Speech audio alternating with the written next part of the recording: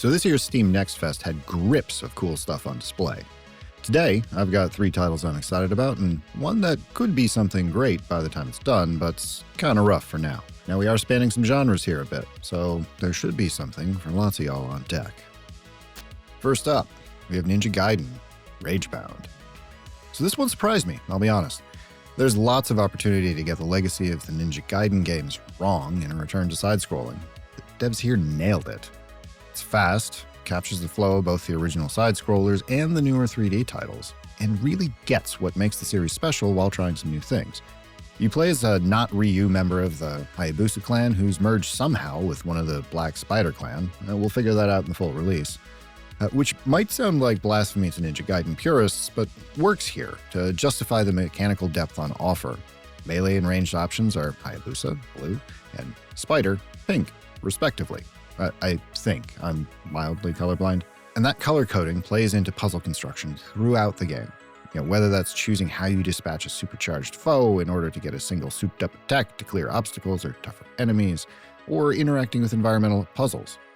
Your Spider Clan Skull roommate can shift into the underworld, which offers a completely different set of rules for movement and combat.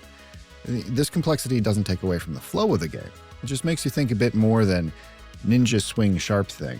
This is made by the devs that brought us Blasphemous, so they have some solid experience in the side-scroller game, and personally I'm hoping it doesn't wind up with the same amount of backtracking necessary from those titles. But from what I've seen so far, it does feel like they've captured the aboutness of the Ninja Gaiden series with everything from sound and level design to combat flow. This is likely a day one purchase for me when it releases on July 29th. Up next, Terminull Brigade. So Terminull Brigade is what would happen if you took Wayfinder, but made it into an FPS co-op roguelite set against a backdrop that lives somewhere between Ready Player One and Smash TV. It seems weird, but it works.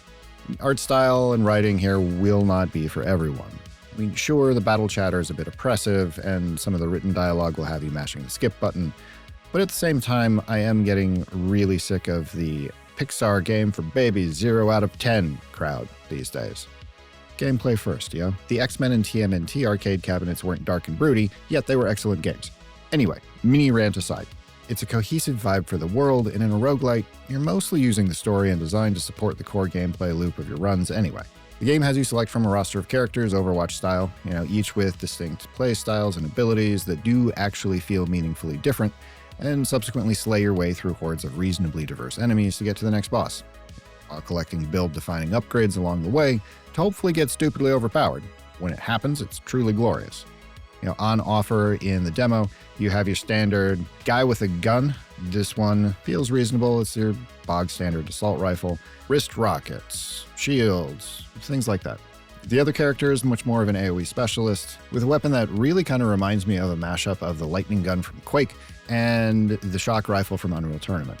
During my time with the demo, I was able to get both of those characters to truly shine in their respective things, taking the standard FPS guy all the way to just a ridiculous single target boss destroyer that just melt health bars. Like, there was a health bar there? I don't remember there being a health bar there. Whereas I was able to take the other character to become just a walking nuke that deleted entire zip codes at once. Really satisfying, but in different ways. Now, multiplayer isn't available during the demo, which is kind of a bummer, so the implementation there remains to be seen in the way that interacts with the game systems and, mob balancing. Ideally, there will be dedicated servers with both matchmaking and the option to invite friends, but this is kind of a wait-and-see sitch. Significant stutters on asset load are on full display here, which makes me cranky. But optimization tends towards the final stages of development, so I'm not ready to get out the pitchfork quite yet. Overall, it plays well. It knows what it wants to be, it leans in. Whether the final product winds up being something that's for me or not, I can respect that. And really, if my largest complaint about a demo for a game like this is it stutters, they're in pretty good standing overall for, an early build. Up next, we have Liuyin's World. Right now, this one seems like a quirky labor of love proof of concept. Yeah, at first blush, it's what would happen if someone said, okay, I really like the 3D Shinobi game for the PS2, but it needs a parry, less platforming, and to be more cyberpunk. Combat feels competent for the stage it's in now, which feels like a late alpha. You've got the standard fare of melee and ranged attacks, teleporty, ninja dodges with iframes, magic, parries, executes, and weirdly no jumping. Maybe this is a me thing, but that feels weird for an old school 3D hack and slash. The game looks to have an extensive roster of weapons based on the menus, and I always appreciate it when the devs have a sense of humor. Beating on a giant cyborg robot spider with a stop sign as an edgelord cyber ninja? Come on now, that's great. Right now there's quite a bit of jank. Things like menu and dialogue localization if you don't know Mandarin. Some odd enemy balancing between trash mobs, elites, and bosses, and the hitbox and control responsiveness can be inconsistent at times. Level design seems solid if sparse based on the demo, and does reward exploration and thoroughness. Overall, if continued dev time sorts out the unfinished bits and addresses most of the concerns I lay out here, it could be a solid Souls-like nostalgic hack and slash for a rainy weekend. Now, time will tell, but it's worth keeping an eye on for the time being. Up next, Evercore Heroes, Ascension. Now, this is what would happen if you took a MOBA and modded it into a co-op ARPG roguelite, which seems fitting because MOBAs were originally a mod of an RTS. So, the circle of modding continues. Now, let's get what I dislike out of the way first. The matchmaking doesn't appear to be region-locked in my experience with it, which is problematic in a game where enemies hit hard and movement to avoid AoE attacks demands quick thinking and response time. The game feels balanced for a full squad, and overall enemy balancing between the various types, health pools is a bit odd.